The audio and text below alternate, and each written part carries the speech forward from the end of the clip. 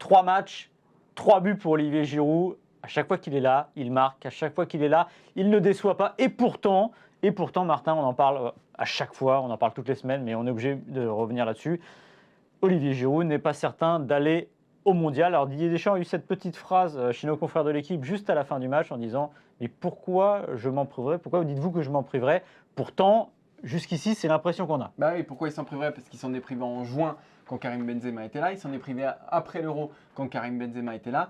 Et Giroud est là en mars et en septembre quand Benzema n'est pas là. Donc le calcul il est rapidement fait. Je rappelle juste simplement, qu'en mars, il vient, il est titulaire 2 fois, il marque 2 buts et il n'est pas là en juin.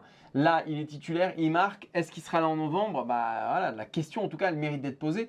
Pour moi, si on suit la logique de Deschamps, non, il ne sera pas là. Malgré tout, sportivement, la pression, elle se resserre quand même autour de Didier Deschamps dans la mesure où, première chose, Giroud, il est bon en club et en sélection, mais aussi, Maxime, c'est que derrière, il n'y a personne qui pousse. Ben Yedder, il pousse pas et ça va pas du tout avec Monaco. Kolo Muani, il est gentil, mais bon là il rentre à 5 secondes de la fin.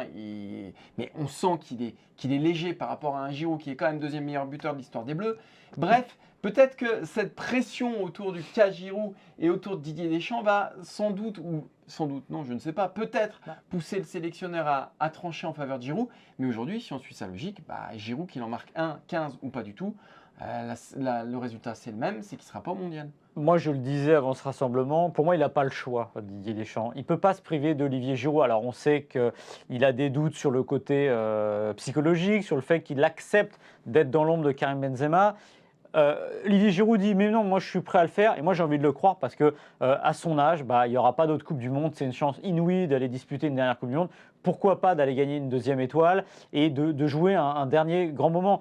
Giroud, il a joué 3 matchs en 2022, il a marqué autant de buts que Wissam Ben Yedder dans toute sa carrière internationale. Alors, j'ai rien contre Ben Yedder, mais à un moment, c'est là qu'on voit l'écart qu'il y a entre un Giroud et le reste de la troupe derrière Benzema. Vous regardez le match de Giroud ce soir, alors c'était pas très bon. Sûrement pas le meilleur en équipe de France de sa vie, mais il est dans tous les bons coups.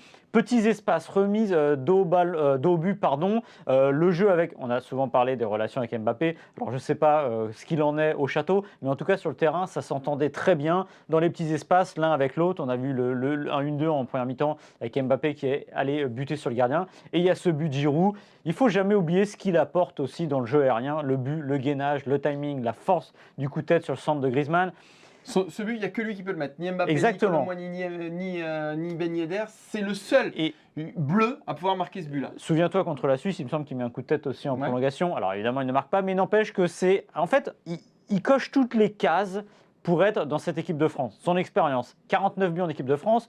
L'état d'esprit, je ne sais pas, mais a priori, quand même, on n'a pas l'impression que là, il soit dans un état d'esprit toxique, on va dire. Le profil, comme tu dis, le jeu aérien, il apporte quelque chose de différent, un peu comme à l'époque apportait un David Trezeguet qui était parfois laissé derrière Thierry Henry, et même souvent, souvenez-vous de l'Euro 2000, c'est exactement ça. Il y a toujours besoin de ce joueur en plus, et il faut savoir que Didier Deschamps a le droit d'emmener 26 joueurs. Il n'en emmènera peut-être pas 26, mais en tout cas, je ne comprendrais pas qu'il n'y ait pas de place pour Olivier Giroud.